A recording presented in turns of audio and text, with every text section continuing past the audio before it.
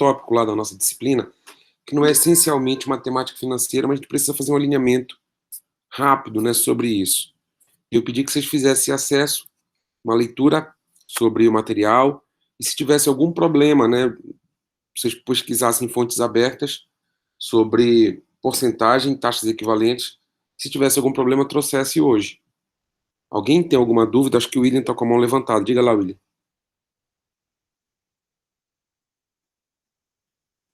Ah, não, professor, foi sem querer. Acho que não dá cãibra. Bom, então bora lá? Só para a gente dirimir, pessoal, como que a gente vai utilizar taxas e porcentagens dentro da matemática financeira, tá? Que não é um curso de matemática, mas é uma matemática aplicada, e essa aplicação eu quero fazer de maneira prática com vocês, tá? Não vou fazer um curso de HP, não vou fazer um curso de instrumentos e ferramentas, mas quero que a gente tente compreender o mínimo do conceito para a gente poder aplicar nos próximos exercícios, tá? Então, a porcentagem que a gente vai utilizar aqui, vocês têm alguma dificuldade em analisar porcentagem? Alguém tem, pessoal? Seja bem franco aí, tá? Para a gente fazer um alinhamento legal.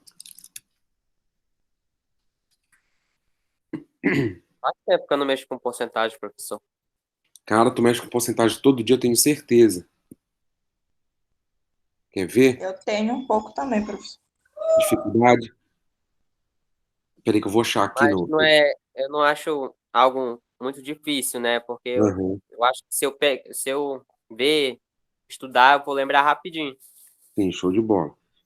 Só quero mostrar para vocês aqui como que a gente faz realmente isso. Todo dia a gente consome esses dados.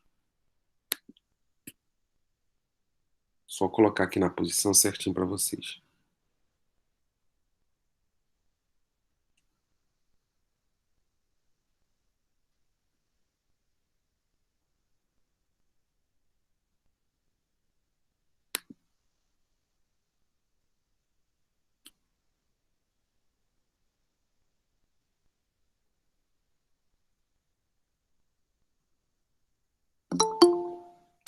Deixa eu colocar minha tela aqui.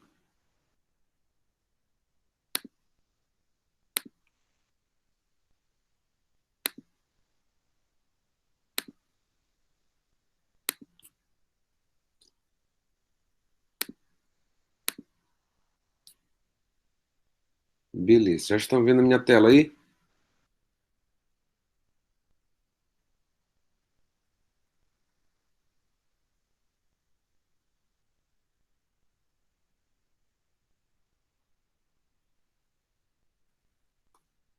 Pessoal, tá conseguindo ver minha tela?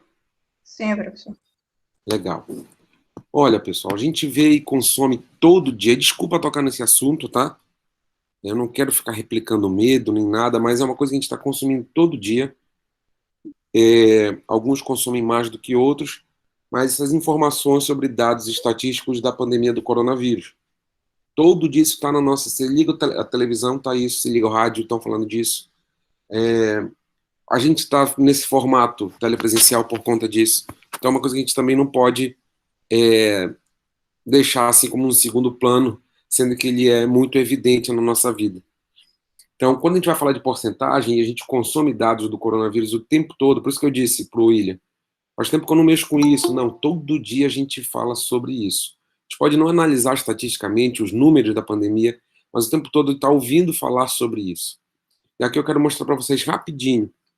Casos confirmados também aqui, ó. 104 mil no Amapá, tá, pessoal? Óbitos por coronavírus 1.502, tem uma taxa de letalidade de 1,44. 1,44, vou matar isso rapidinho com vocês mesmo, tá?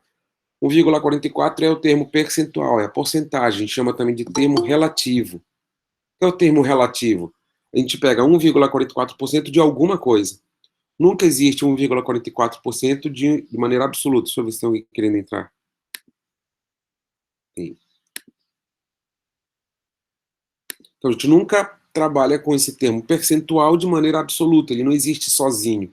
Então, geralmente, o camarada fala assim, eu vou fazer um investimento a 5% ao mês. Esse 5% vem de onde? É 5% de quê? É 5% do investimento que você colocou. Como eu trabalho com educação financeira para pequenos negócios, é muito comum ter alguns gerentes financeiros que estudam muito finanças, e aí quando eles chegam na gestão de pequeno negócio, eles querem trazer alguns números que eu batizei, chamei pejorativamente de números cabalísticos, né?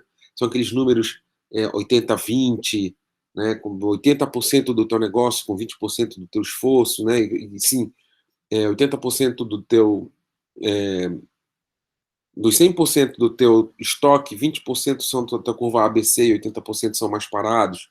Então, normalmente a gente tem esses números que têm métrica, têm lógica de serem constituídos, mas a gente não conhece o valor referencial deles. E a gente, às vezes, quer aplicar na marra na nossa realidade. Eu prefiro 1000 vezes gastar um pouquinho mais de latim, um pouquinho mais de massa cinzenta e criar o próprio número daquele negócio, daquele lugar. E aí medir melhorias e como essas melhorias impactam nesse número. Então, normalmente, quando a gente vai construir um percentual, o percentual é de alguma coisa.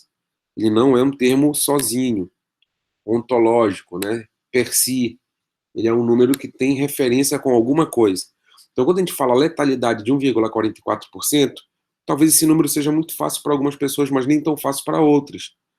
1,44%, pessoal, é do total de contaminados, número de óbitos.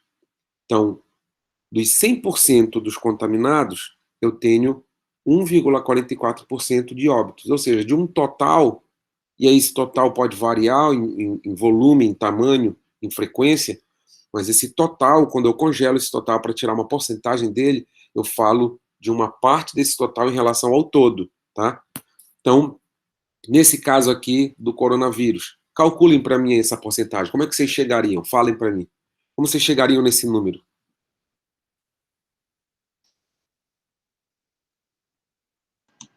Repita a pergunta, professor, por favor. Como que vocês chegariam nesse número? 1,44% usando esses dados. Eu vou deixar na tela só os dados que seriam utilizados. Vai narrando passo a passo para mim para chegar em 1,44%. Como vocês usariam esses dois termos aqui? Casos confirmados e óbitos. Como seria o cálculo para isso? Não sei. Pois é, tão Então, fácil. pois é, usar a porcentagem de 100%, né, professor? Aí, dividir, no caso, pegar o valor total de pessoas, né, dividir pelo valor de óbitos, alguma coisa assim. Não estou lembrando muito dessa porcentagem, mas é mais ou menos assim, eu acho. É igual a porcentagem do ensino médio, né, professor? É a 20%. mesma, não muda, né? Não é porque a gente foi pro ensino superior que mudou, né? Só que tem um caminho encurtado para vocês. Essa porcentagem que o William acabou descrevendo é uma regra de 3 simples. E ela é muito importante de ser conhecida também. Mas eu tenho um encurtador aqui para a gente. A gente não vai precisar fazer isso à mão, né? A gente tem ferramentas disponíveis. E eu peço que vocês façam esse teste aí agora. Sempre que a gente quer tirar um percentual de uma parte de um todo, pega a parte, divide pelo todo e multiplica por 100. Sempre é o mesmo. Isso aqui é um encurtamento do caminho que o William acabou trazendo para a gente, tá? Que a gente coloca o 104 é 100% e o 1502 é X. A gente faz o cruzamento para fazer a multiplicação na igualdade. E aí a gente vai chegar nessa continha. O menor dividido pelo maior vezes 100. Agora eu lembrei. Agora lembrou? Delta elevado ao quadrado, igual. É porque assim, eu não estou muito interessado em mostrar a mecânica disso para vocês, tá? Eu estou interessado em mostrar para vocês como que tem aplicação desse termo percentual e o que isso quer dizer. Vamos fazer a conta juntos aqui? Professor, 1502, oi. a gente pode fazer esse cálculo também pelo Excel, né? Pode, só fazer a fórmula correta, né?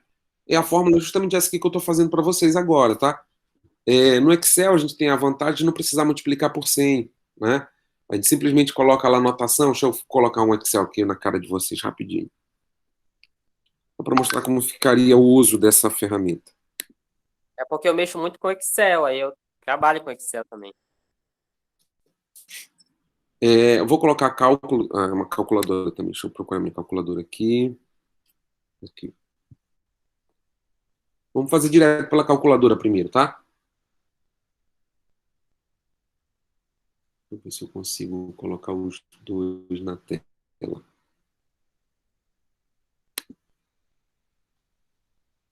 Consigo.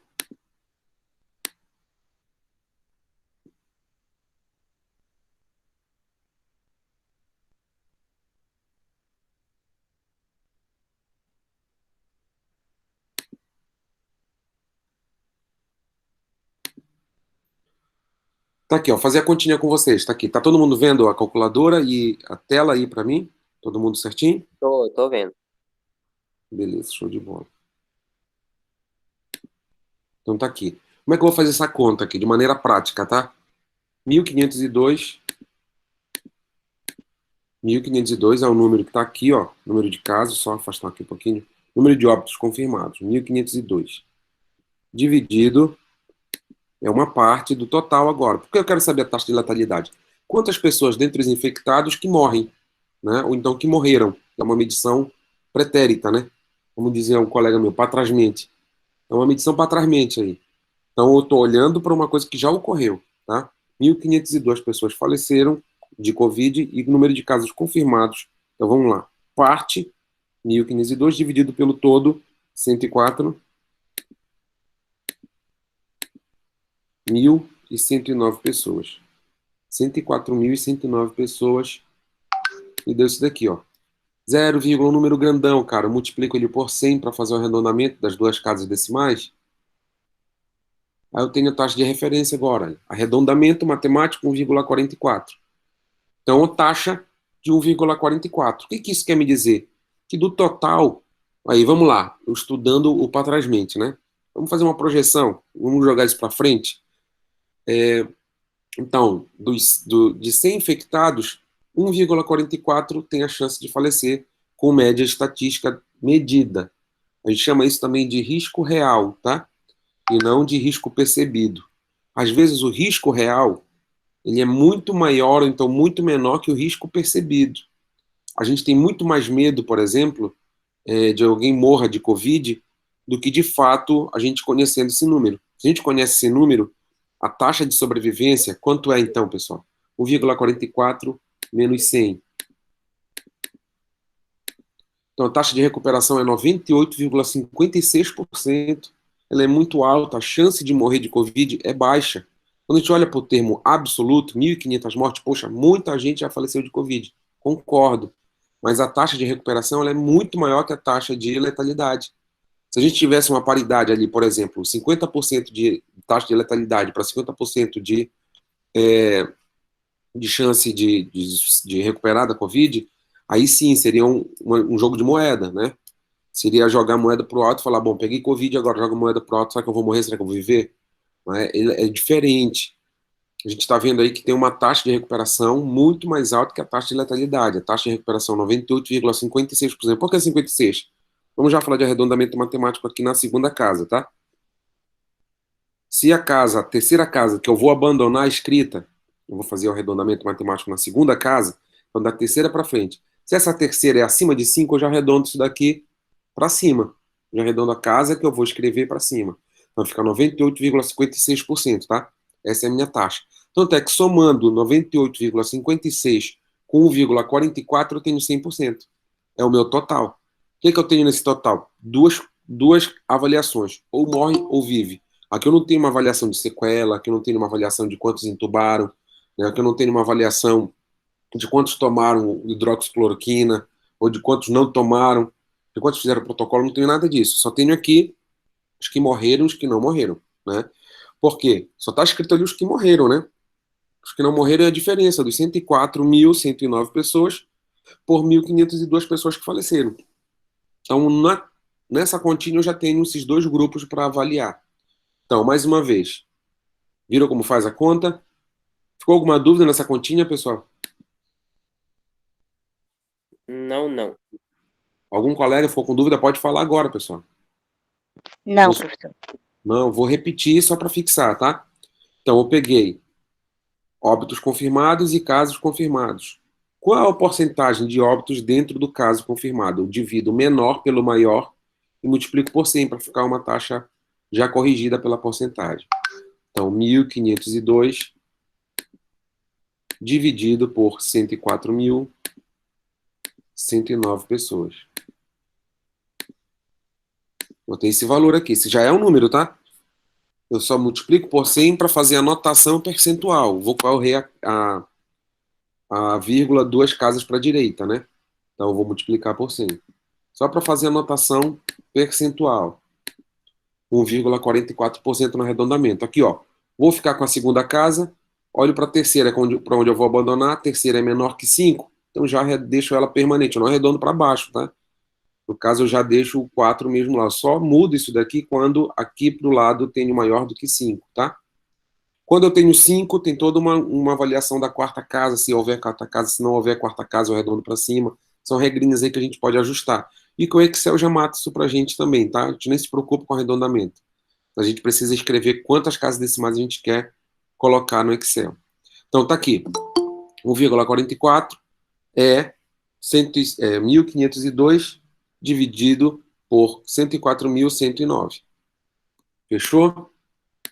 Se tem coleguinha querendo entrar aqui, tem. Deu para sacar aí, pessoal? Então, isso é só um exemplo de como a gente utiliza os dados percentuais referentes, são dados referenciais, o tempo todo. Né? Esse é um exemplo de uso de aplicação cotidiana. Eu posso fazer isso com produtos, na minha experiência de consumo? Posso e devo. Né? Às vezes a gente vai comprar num lugar, o camarada fala assim, 10% de desconto. Você fala, caramba, 10% é muito, 10% é pouco. Né? Sim, depende do valor absoluto e sim, 10% de desconto sempre é muito bom. Né? Então, se tem uma coisa de R$ 1.000, vai dar 10% de desconto, vai descontar R$ 100. Você vai levar só por 900. Então, dependendo do produto que você está comprando, a tua avaliação de custo-benefício está contigo. Né? O percentual não vai te dar essa avaliação custo-benefício, tá? Mas eu preciso só reforçar com vocês, então, os termos. Aqui eu tenho o termo percentual, 1,44, e aqui eu tenho o termo unitário, 1.502. Ou termo percentual, como eu falei, ou termo referencial, e aqui eu tenho o unitário, 1.502, ou o termo absoluto. Tá? São as contagens absolutas. Então, essa contagem unitária, dentro dessa outra contagem unitária, eu posso fazer uma referência com notação percentual. E mostrei para vocês no cálculo da calculadora aqui como pode ser feito. Fechou? Deixa eu só tentar colocar agora. Lembra daquela questão do denominador pelo dominador. Denominador comum pelo numerador, né? Numerador. Isso. Numerador. Pelo numerador. Peraí, só tentar. Acho que não abriu o meu Excel aqui, só um momentinho. Verificando. Acho que eu fechei a verificação. Só para mostrar para vocês como no Excel também é fácil de fazer isso. A gente só precisa inserir a fórmula correta, tá? Foi aí que eu fechei ele. Vai verificando.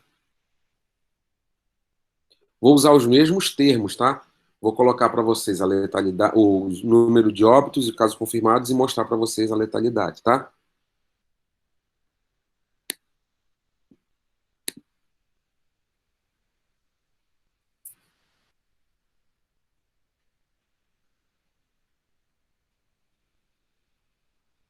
Eu gosto de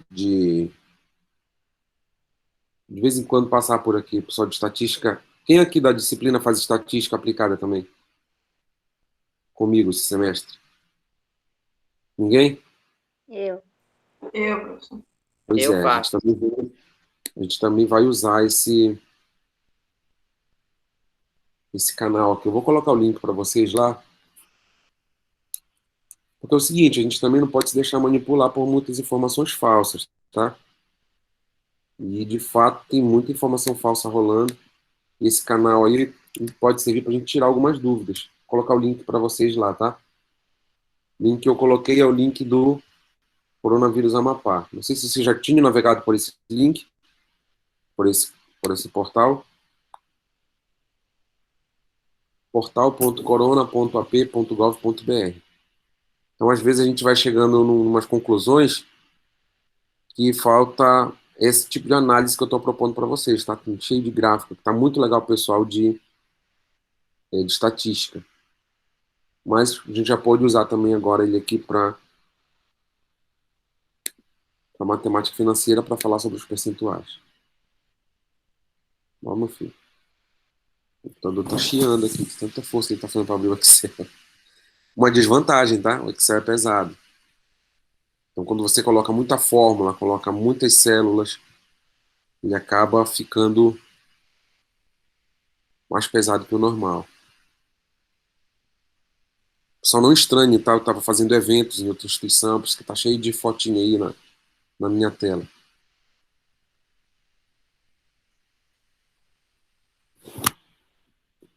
Então, só reforçando mais uma vez, enquanto o bichinho está abrindo aqui, o termo percentual, ele é um termo referente, tá? E o termo, o termo absoluto, ele é um termo unitário, tá? Então, contagens individuais podem suplantar aí os quesitos para a gente ter um conjunto numérico contável. Abriu o bichinho, resolveu abrir.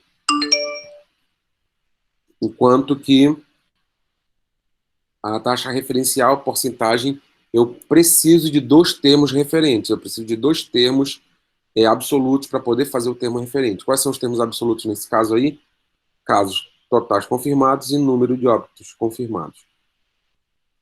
Como é que eu faço isso no Excelzinho da vida?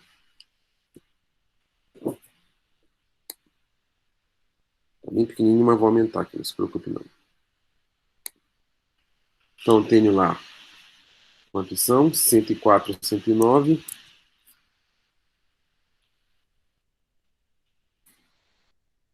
Casos óbitos. Se não me engano, 1502, né? 1502. Pode deixar isso aqui numa anotação mais bonitinha, né? Só escrever aqui. Pessoal com toque mexendo em Excel não é legal.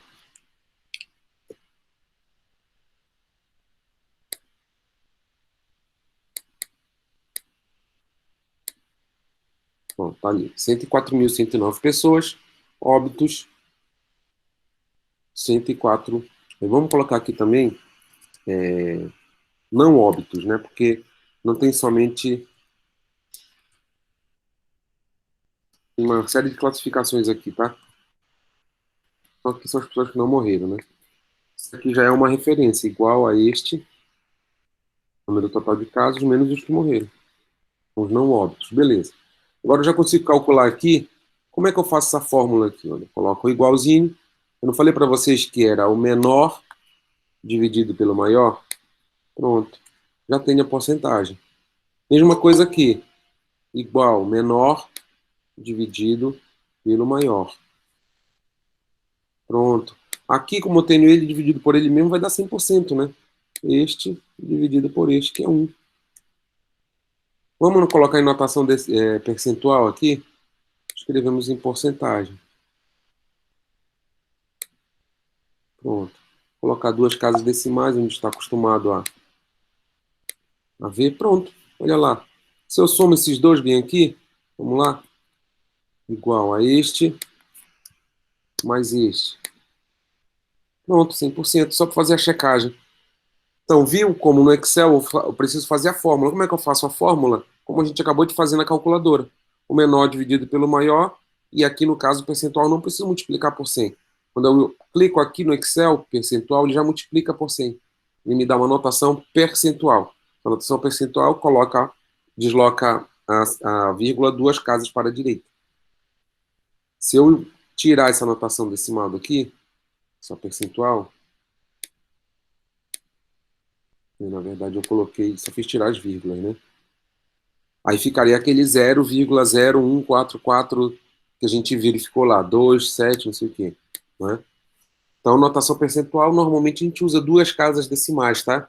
A não ser que haja uma convenção na questão, na fórmula, ou então na escola que você está estudando, mas normalmente a gente usa duas casas decimais, 1,44, duas casas decimais, 98,56, duas casas decimais após a vírgula aí, tá?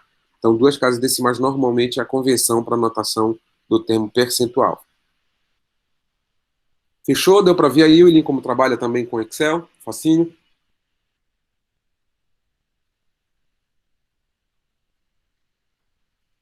Tranquilo, pessoal? Sim, professor. Show de bola. Então, só para fechar isso com vocês, tá? Tá aqui na nossa ementa, olha, nossa primeira parte. percentagem, introdução, taxa proporcional, elemento de cálculo proporcional, taxa unitária e taxa percentual. Já passamos por aí, foi rapidinho, não falei que ia ser rápido. É só uma memória mesmo, para a gente usar isso mais à frente, tá? Não vou, a aula, então, não é especificamente sobre esse tema, mas esse tema precisa ser alinhado para a gente poder avançar. Alguma contribuição? Professor, Diga. bom dia. Bom dia, Eu senhora. sou auxiliadora, eu estou aqui na fila para tomar a vacina e Tudo estou bem, auxiliadora. Fique só atento. mas eu vou ficar só ouvindo, tá bom? Tá, ok. Estou na fila da vacina. Parabéns aí. Tomara que dê tudo certo. Ô, inveja que eu tenho da Alce agora. Pois é, né, mano? Eu lá na, Tá eu bom, sou- obrigada. eu lá na polícia Obrigada, também pularam tô minha feliz. vez, cara. Eu nem queria tomar vacina e depois que Ah. pularam minha vez, fiquei com vontade de tomar vacina, só pela injustiça. Vamos lá, vamos voltar. Parabéns, Alce. Então, pessoal, toda essa mecânica que eu acabei mostrando para vocês, Obrigada. toda essa mecânica que eu acabei apresentando para vocês, ela também pode ser aplicada aos nossos cálculos de porcentagem para negócios, né? Principalmente para o comércio. Então, às vezes, a gente não se liga muito nessas taxas, né? Eu costumo brincar que a minha esposa adora uma black fraud, né? Qual seria a black fraud? Tudo pela metade do dobro, ou seja, tudo pelo preço normal, né? Quando você duplica a coisa e tira a metade do preço, você está vendendo pelo preço normal. E outro dia eu estava conversando com um comerciante sobre isso, e ele não negou, filha da mãe. Falei assim, cara, taxa, quando você for se preparar para o Black Fraud aí, que você vai vender tudo pela metade do preço, ele levantou a sobrancelha assim, né, colocou a mão no queixo, eu percebi. Eu disse, sim, cara. Ele falou, olha só a justificativa dele. O salário não diminui, cara. Os impostos não diminuem, nada diminui, só o nosso preço vai diminuir na Black Fraud. Aí ele fala, não, então ele aumenta um pouquinho a carga do preço, aplica uma taxa de desconto, vamos lá, aumenta 15% e dá um desconto de 20%. Acaba saindo alguma coisa um pouquinho mais barato para a pessoa, para o cliente perceber que tem uma vantagem em comprar na Black Fraud, na Black Friday, né? Mas como que esse gatilho mental cabe, né, para você estimular comportamento de consumo? Então, você usar bem essas taxas, calcular bem, entender até onde você pode chegar com as porcentagens, é muito interessante para quem está no comércio. E vocês, enquanto potenciais consultores, assessores, devem ter esse bom monitoramento também para orientar. Então, se eu tenho um item que custa R$50, eu vou comercializar esse item, né? E eu dobro o preço, que é não muito comum, tá, pessoal? O pessoal que compra de fora, às vezes, até triplica o preço, né? Quando eu digo compra de fora, é que vai até uma fonte industrial, né? O pessoal que revende, por exemplo, roupa, né? Eles têm um hábito de mais do que duplicar o preço da roupa, né? Então, porque eles viajam, vão até São Paulo, compram perto das fábricas, negociam as quantidades adequadas e trazem aqui para Macapá, longe das fábricas, e aí aplica um preço um pouco maior e uma margem um pouco maior. Então, normalmente, se essa pessoa comprasse, por exemplo, em São Paulo e vendesse em São Paulo, ela ia ter um preço de venda também menor do que tem aqui em Macapá. Por quê? Dada a dificuldade, né, a falta de condição que a gente tem de alcance desse fornecedor. Então, acaba que ele encontra essa margem, essa possibilidade de estender um pouquinho, e aí ele estende. Eu tinha uma tia, tenho, né, mas ela era dona de uma boutique. E o que ela fazia? Ela quintuplicava o valor. Ela comprava coisa fina, bonita mesmo, com exclusividade, o fornecedor dela não vendia para outra pessoa aqui em Macapá que não fosse ela, e ela ia. Era Fortaleza, era a mesma loja, Fortaleza e São Paulo. Então, essa fábrica passava para ela desses dois lugares. E ela trazia, chegava que ela quintuplicava. Sabe o que ela fazia? Ela vendia a prazo no caderninho, né? Naquele Crediflex. E ela dividia no máximo de 5 vezes. E a entrada já pagava o custo operacional dela, né? Então, ela fazia com que a entrada fosse mais do que 20%, né? A entrada era 30%. Depois ela dividia em 5 vezes. A ponto de que as outras parcelas todas já eram lucro dela. Por que lucro? Porque já tinham tirado o valor do investimento para trazer aquela peça para dentro da loja dela. Não só o custo direto, que seria o custo da própria peça, mas todo o custo operacional, o rateio dos custos da viagem, o rateio dos custos da própria loja, né? Que Enquanto você está com a loja com ar-condicionado ligado, lâmpada ligada, você, mesmo que não esteja vendendo nada, você já tem um custo. Então, ela já fazia o rateio pela expectativa de venda e jogava já esses custos operacionais todos na primeira parcela. Então, a pessoa dava 30%, 40% de entrada e pagava o resto parcelado. E a ponto de que essa parcela viria por segurança para ela já mantinha o negócio, a operacionalidade do negócio, e a cobrança que ela fazia em relação às parcelas que vinha como lucro para ela. Aí você pode julgar assim e falar assim, caramba, mas é injusto, né? Eu acho que no comércio, o princípio de justiça, ele pode ser negociado, sim. Eu vou chegar no exemplo com vocês, que eu não pude trazer esse exemplo na aula passada, porque depois que a gente terminou a aula, no sábado passado, fui fazer uma compra aqui para casa com a minha esposa. A gente saiu daqui lá para a Zona Norte para comprar um conjunto de taças. Escutem bem isso. Só para fechar o raciocínio da boutique, tá? No raciocínio da boutique, na negociação comercial, o princípio de justiça, ele precisa estar associado a um parâmetro. Ele não é absoluto, tá? Então, a moralidade no comércio, ela não é absoluta. Ela precisa ter um parâmetro para você poder associar. Então, ela quintuplicar o valor é justo, é injusto? Você tem que conversar com essas pessoas que fazem esse ágio, né, que aumentam bastante esse valor, e saber o que envolve isso, né? Que às vezes o que envolve a operacionalidade do negócio vai mostrar para você que é possível você quintuplicar a praça, as pessoas que compram, qual o nicho, qual o público-alvo. Então tem uma série de coisas que precisam ser consideradas para dizer se isso é justo ou é injusto. Lembrando que o comerciante, ele não está ali para fazer justiça social, né? O comerciante, a função social dele não é fazer a redistribuição de renda, né? E tem uma função bem lógica, todo empresário. Qual é a função da empresa, pessoal? Você já deve ter estudado isso na administração. Toda empresa visa o quê? Lucro. Lucro. Lucro. Essa é a finalidade da empresa, é o lucro, tá? Então, todo empresário visa o lucro. Então, se ele está visando o lucro, ele não está visando... Ele pode até usar uma série de coisas do marketing, como responsabilidade social, responsabilidade ambiental, para melhorar sua posição de marca, para melhorar a percepção de valor pelo cliente, ou então pelo público, ou então pelo próprio mercado, mas a finalidade continua sendo o lucro, né? Nunca vai ser, por exemplo, reflorestar a Mata Atlântica, né? Ou então reflorestar a Amazônia. Normalmente, o que a gente tem com essas finalidades? A organização civil organizada, né? O terceiro setor, né? As instituições civis organizadas. Elas normalmente, sim, têm essa finalidade, que a gente acaba batizando por ONG, né? Organização não governamental. O Estado tem algumas funções para equilíbrio da sociedade e o terceiro setor tem outras funções. Então, aqui no Brasil, o Estado é muito grande, a gente demanda muito do Estado. Em outros lugares não é assim. Em outros lugares, a sociedade civil organizada que faz alguns papéis que a gente faz aqui. Por exemplo, nos Estados Unidos, como a habitação não é um quesito para o Estado dar conta, então tem muitos sem teto, os homeless, né? Tem muitos sem teto, né? Muita gente sem moradia nos Estados Unidos.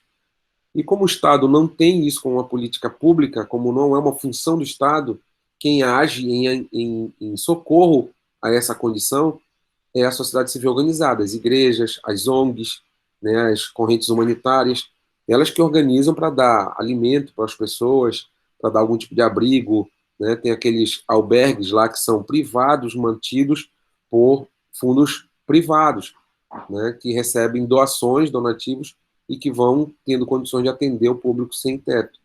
Aqui, a gente pode até ter a sociedade civil organizada para essa finalidade, mas como a habitação é uma política pública, é uma função do Estado, inclusive está na própria Constituição, a gente não se organiza na mesma dimensão que lá se organizam, porque a gente já se organizou via Estado. Então, a gente demanda que o Estado entregue política pública adequada para essa finalidade. Então, não é a finalidade da empresa. A finalidade da empresa é o lucro, tá? Então, por isso que eu falo sobre as questões do exercício de moralidade, do exercício do julgamento social, né, de você achar que está certo, está errado. Há 2 semanas atrás, uma amiga nossa que é confeiteira fez um bolo com o topo do Bolsonaro. Alguém viu isso? Sim. Sim, professor. Circulou bastante, né? Isso. Pois é, e aí a galera caiu matando porque ela postou a foto do topo do bolo verde e amarelo com o topo do Bolsonaro, né? Aquele óculosinho de mito lá. E aí o pessoal caiu matando, foi cancelando ela na internet. Ela perdeu cerca de 1.000 seguidores em primeira mão e ela fez uma postagem chorando, né? Falando, pessoal, esse é o meu trabalho, né? Eu faço o que o cliente pede, estou aqui para atender o gosto do cliente, né? E ela se justificou, chorou, e aquilo repercutiu a ponto de hoje ela ter 12.000 seguidores, a ponto de no dia seguinte o pessoal prestando apoio à empreendedora foi para lá e marcou, olha, às 15 horas na frente da loja dela a gente vai comprar tudo que tem lá. E eles passaram e compraram tudo, levaram tudo mesmo, acabou o estoque dela. Essa pessoa é muito amiga da minha e da minha esposa, né? E a gente viu isso acontecendo, né? Então, qual era a finalidade dela em fazer o bolo do Bolsonaro? Era mitar? Não era mitar, a gente conhece ela. A finalidade dela era mostrar que ela consegue fazer aquele bolo, né? Que ela faz, ela tem, é muito saboroso e tem muita qualidade, aumentou muito em qualidade o confeito dela, o jeito de finalizar o bolo, ficou muito legal. E aí, o que eu falava para as pessoas que criticavam? Eu disse, cara, olha o perfil dela no Instagram, olha esse perfil aí do Feito de Açúcar. Vou colocar aqui para vocês, quem não ouviu essa polêmica, passou até nos jornais, né? Que o trabalho dela precisa de divulgação. Então, ela precisa postar para ter mais clientes, né? Exatamente. Ela falou lá, pessoal, eu faço, por exemplo, de time de futebol, né? Se alguém do Flamengo pedir, do Vasco pedir, eu vou fazer dos dois, né? Então, se pedirem um do Lula livre, ela faz também, né? Se pedirem um do Che Guevara, ela vai fazer também, porque ela faz bolo, esse é um negócio dela, ela visa o lucro, né? O que ela disse lá, para ela, é um exercício moral que eu já vi outras pessoas fazerem, sem grandes problemas. Ela só não faz pornografia, né? Aqueles bolos em formato de pênis com tema pornográfico, ela disse, isso ela não faz. Mas, X-Vídeo. como? X-Vídeo. Não entendi, William. Achei que ele queria o bolo, professor. Esse pessoal é ralado. Pode ser, né? Pois é, tem gente que faz esse tipo de bolo, não é o caso dela, né? A única limitação moral que ela colocou, olha só, se ela visa 100% Às 9 lucro, horas da manhã, pelo amor de Deus, William. tem hora, né, Stephanie? Ah, meu Deus do céu. Pois é, deixa eu me concentrar de volta. Vamos lá. Então, Professor. Eu acho que ela está perdendo o público, né? Porque tem gente que gosta de bolo assim, que curte bolo, na verdade é cômico, né? Esses bolos em formato de bumbum, de peito, de pênis, pois são é, bolos cômicos. Ela está perdendo o público Tá, né? também. ela, Chá de lingerie, chá de não sei o quê. Sim. Chá de... Mas é uma opção dela, é o jeito dela. Eu acredito nisso, né? Cada uma isso, tem sua auxiliador. linha. Assim, Kátia, auxiliadora, vocês estão corretas, né? Essa avaliação, ela é assim, quando a gente vai propor um negócio, a gente chama de ideação, e eu gosto muito e lamentei muito não ter pego com vocês nenhuma disciplina de empreendedorismo, mas olha, semana que vem, na sexta-feira, vai ter um evento, eu gostaria do auxílio de vocês lá, tá? É um evento de outra instituição, mas eu vou falar especificamente sobre ideação, o momento de pensar em um negócio. E eu estou com um plano de negócio lá na outra disciplina e vou pedir para o pessoal apresentar. Seria muito legal a participação de vocês lá dando ideia, dando recorte para a ideia deles, tá? Não é essencialmente inovadoras as ideias que vão aparecer, mas o tratamento que a gente está dando para a ideação é um formato inovador, tá? Então, a modelagem de negócio que a gente está fazendo lá, que é inovadora. Então, Kátia, a gente lá, quando faz a ideação, a gente faz um recorte de cliente, é um público. E quando a gente trabalha com nicho, né? vocês já trabalharam com Canvas aqui no curso alguma vez? Design Thinking ou Canvas? Sim, o Canva é maravilhoso. Pois é, modelagem de negócio em Canvas tem uma posição central chamada Não, acho que valor. tem o Canva e tem o Canvas, né? O Canva é uma coisa Canvas. para edição de edição gráfica e o Canvas é o design thinking, né? Isso, é uma expressão de Design Thinking, né? É como se fosse uma expressão física do Design Thinking. Design Thinking é uma coisa difuso mesmo. Você pode fazer de várias formas diferentes. tem um método para ele, mas você pode manifestar essa ideia em diversas formas.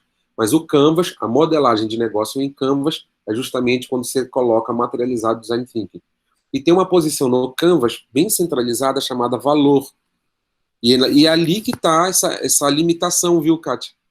Se você coloca ali um valor, por exemplo, ou algum tipo de moralidade, né, eu já vi muita gente confundir, gente assim... Eu sou consultor de Sebrae, né, galera, como eu apresentei para vocês. Eu já vi alguns consultores sim, trocarem as bolas ali, colocarem proposta de valor como as atividades, como objeto. No Canvas, a posição central ali, por exemplo, para Nike, não seria sapato, camisa, roupa esportiva, não seria nada disso. Seria atitude, seria marca, seria status. Né? Então, uma série de valores que vão ali. São esses valores que, na hora da ideação do negócio, você vai fazer alguns recortes de coisas que você admite e coisas que você não admite. Tá? Mas, ainda assim, a finalidade de uma empresa vai continuar sendo o lucro. O lucro a qualquer custo? Não, mas o lucro dentro dos valores pré-concebidos. E ela deixou bem claro lá nos vídeos dela, nesse perfil que eu até coloquei para vocês, Feito de Açúcar, que um dos limites dela é esse público, né? Ela não quer fazer esse tipo de chacota, ela não quer fazer esse tipo de brincadeira, né? Utilizando a pornografia. Mas tem gente que faz, tem gente que consome, tem um público inteiro para isso, né? E eu entendo que é uma fatia de mercado que ela não quis abrir, que ela não quis fazer parte, né? E ela admitiu fazer parte, por exemplo, de um bolo que faça o Bolsonaro, né? E que pode fazer o Lula livre.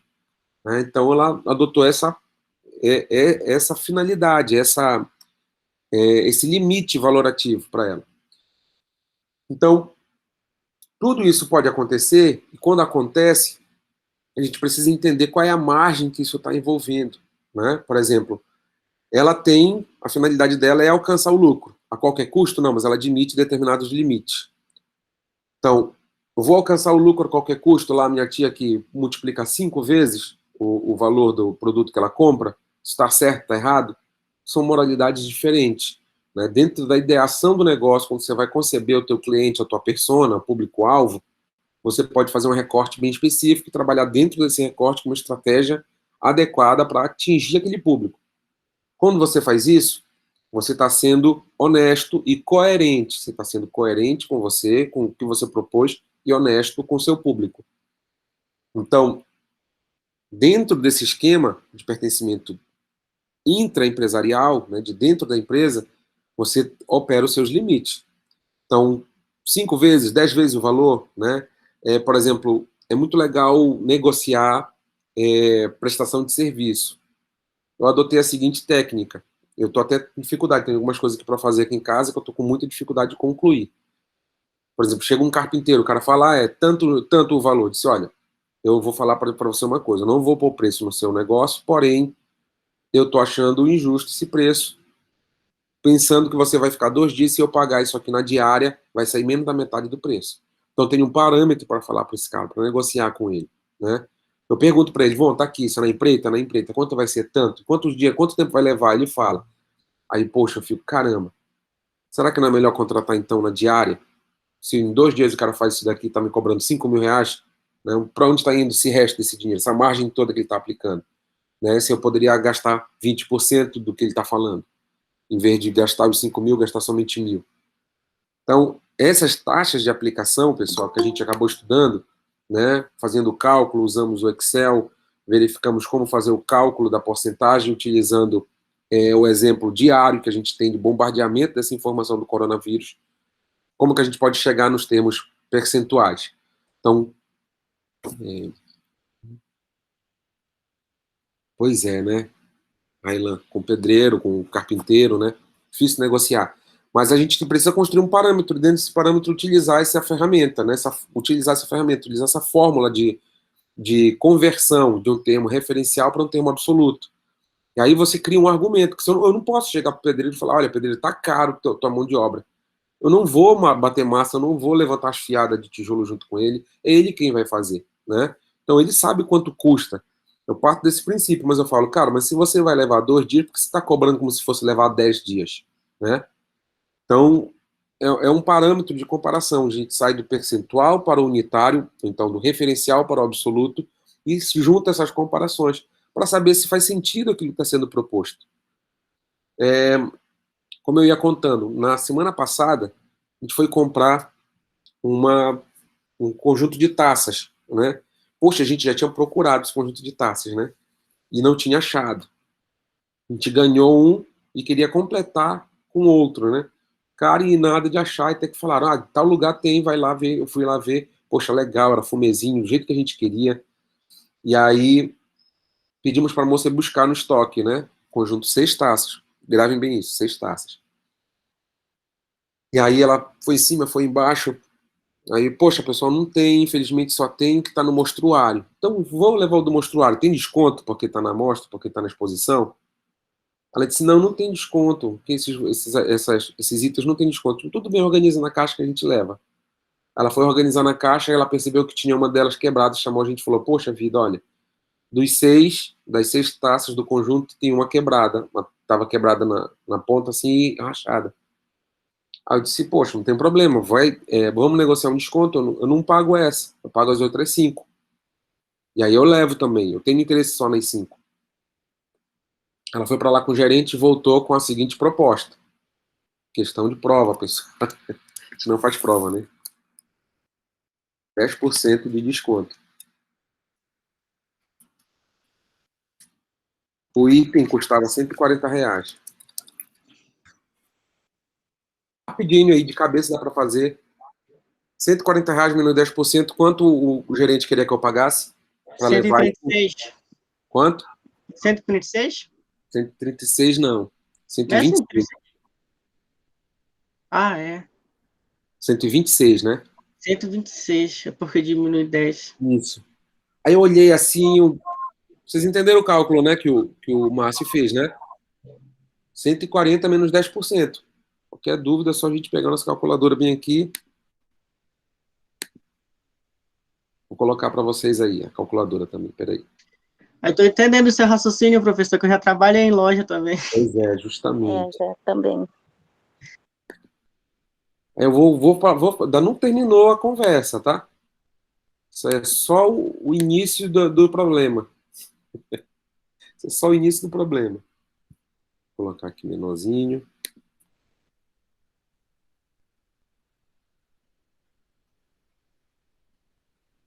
Estão vendo a minha calculadora aí?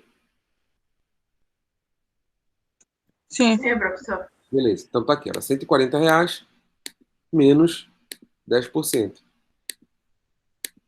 Opa, porcento.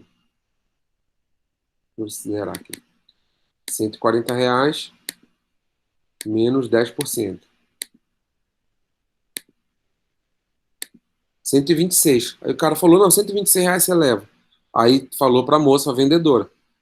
A vendedora veio e falou, olha, ele te deu 10%. Nunca dão 10%. Eu disse para ela, mas está injusto.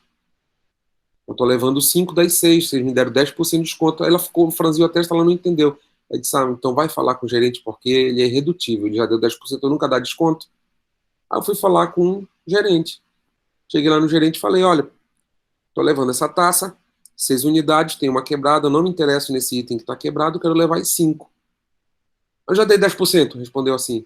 Eu disse, mas 10% está injusto. O ideal seria você dividir por 6 e tirar 1/6 desse valor. E aí ele ficou pensando e falou, olha, ele estava meio irritado, não sei com o quê, não era comigo. Eu já cheguei lá no meio da irritação dele. Ele falou, olha, o preço é esse, se o senhor quiser levar, o senhor leva, esse é o preço da loja, a gente nunca dá desconto, eu já lhe dei 10%. Eu olhei para ele e disse, rapaz, no meio de uma pandemia, com crise de venda, tu me dá uma resposta dessa? É assim que você responde a um cliente? Com toda essa falta de cortesia? Eu não estou pedindo nenhum favor para você, não. Só estou pedindo que você aplique a justiça e que você escute o que eu estou falando, que eu percebi que ele nem ouviu o que eu falei. Aí ele respirou fundo, revirou o olho, com toda aquela sutileza dos vendedores aqui de Macapá, né? Aí falou, o que o senhor propõe? Aí eu falei, eu proponho justiça, que você me dê o desconto de 1/6. Aí ele pegou a calculadora lá, vamos ver se ele acertou. Pegou a calculadora, 140, divide por 6 para facilitar, né? R$23. Aí tira desses R$23 e os 140. R$116 foi o que eu paguei. Pessoal, 116 para 126 é R$10 só, né? Não valia confusão.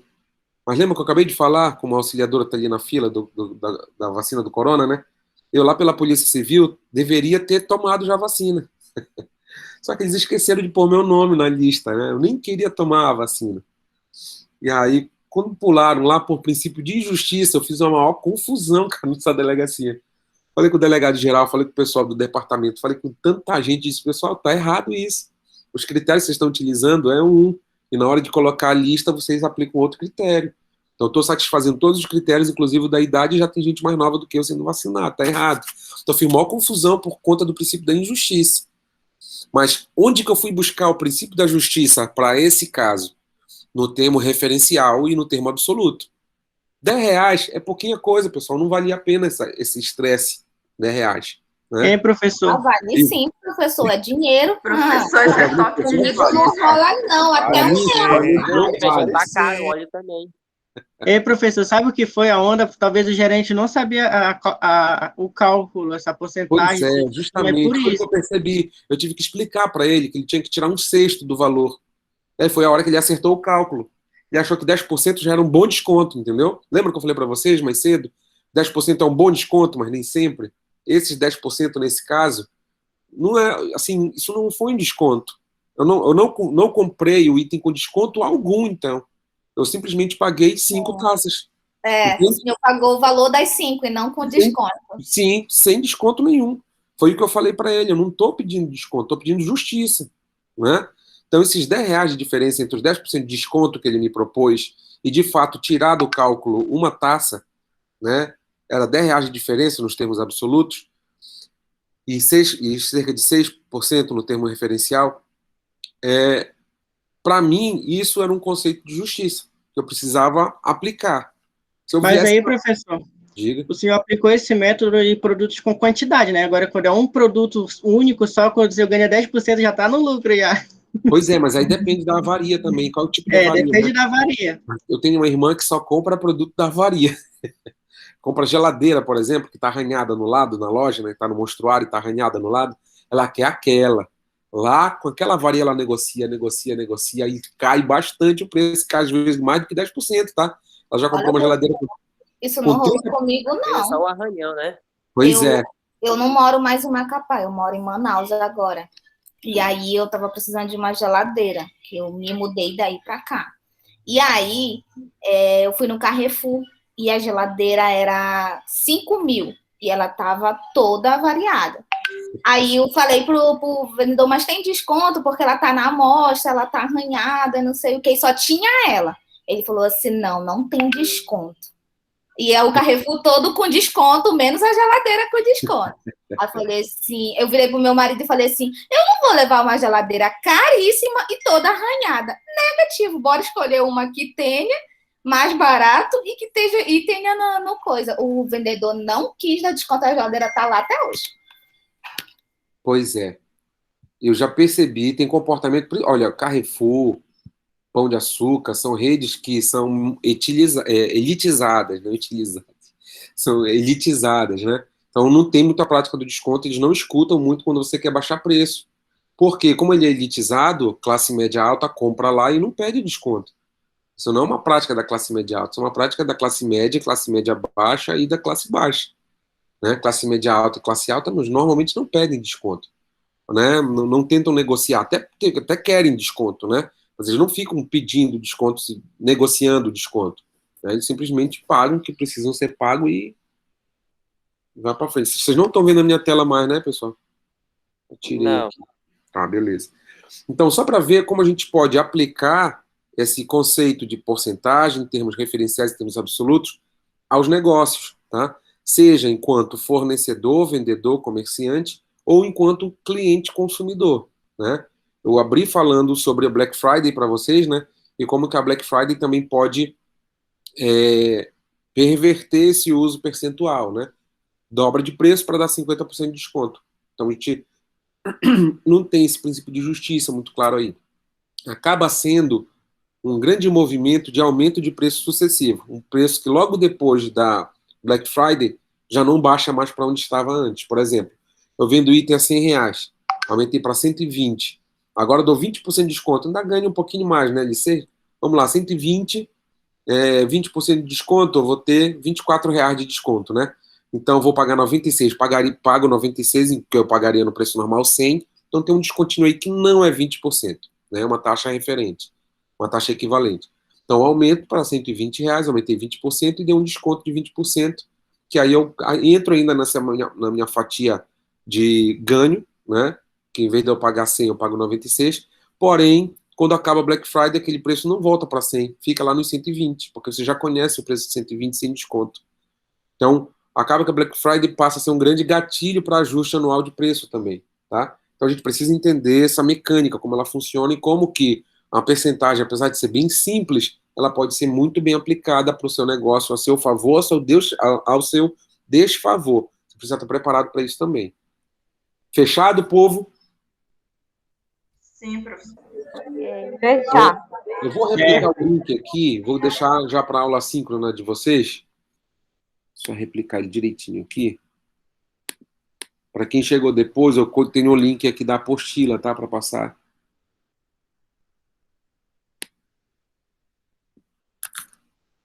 Para passar para vocês. Quem ainda não testou o link, por favor, testar esse link da apostila. O que eu vou pedir que vocês leiam para A a próxima apostila já aula? está no grupo, professor. Ah, show de bola.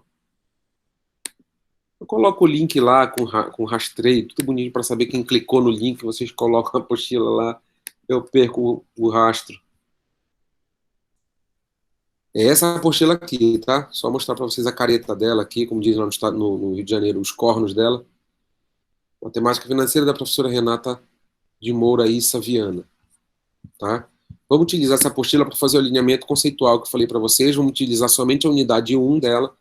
Quem tiver expectativa de entender um pouquinho mais sobre o mercado financeiro, pode utilizar o restante dela, tá? Mas eu quero simplesmente, olha só, é bem facinho mesmo, tá?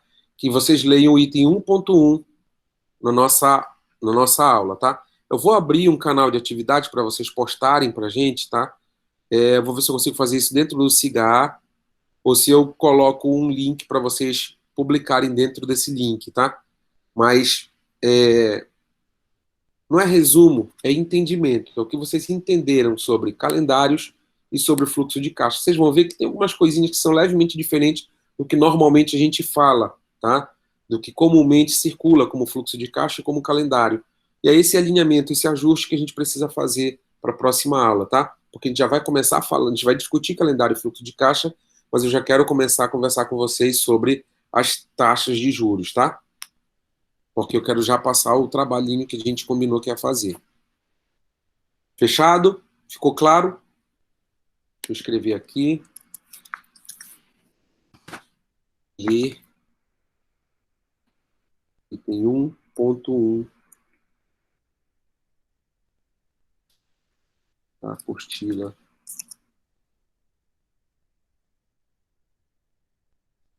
Fechado?